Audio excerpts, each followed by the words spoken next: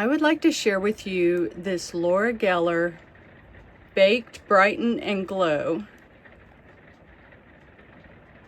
I really enjoy this product. I am 55 years old and I had gotten to where I did not wear a whole lot of base makeup because I felt like it built up too much in my wrinkles and I didn't like the way it looked. So I finally decided, someone talked me into trying the Laura Geller, and I love it. I have been using this, my color is light, and I have been using this for about a year, and you can still see I got quite a bit left in there.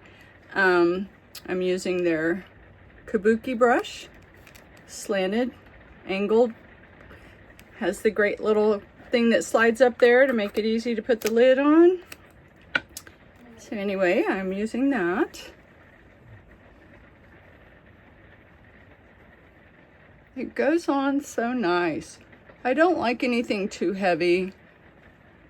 I like a light finish. I don't want to feel too made up, and I don't want it too heavy, like I said, to settle in the wrinkles. But this kabuki brush works great to smooth it around. The product goes on well. It feels good on your skin.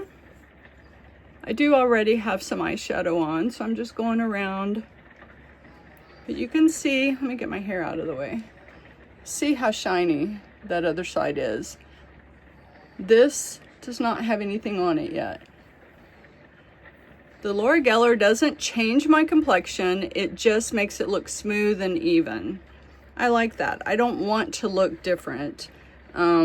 As far as it being extreme, I guess we all want to be a little bit different when we put on our makeup, but not extreme.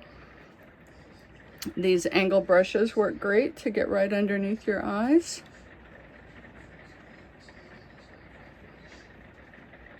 And then once I feel like I have every area of my face covered, then I just go back over it with the kabuki brush to make sure I have everything blended in.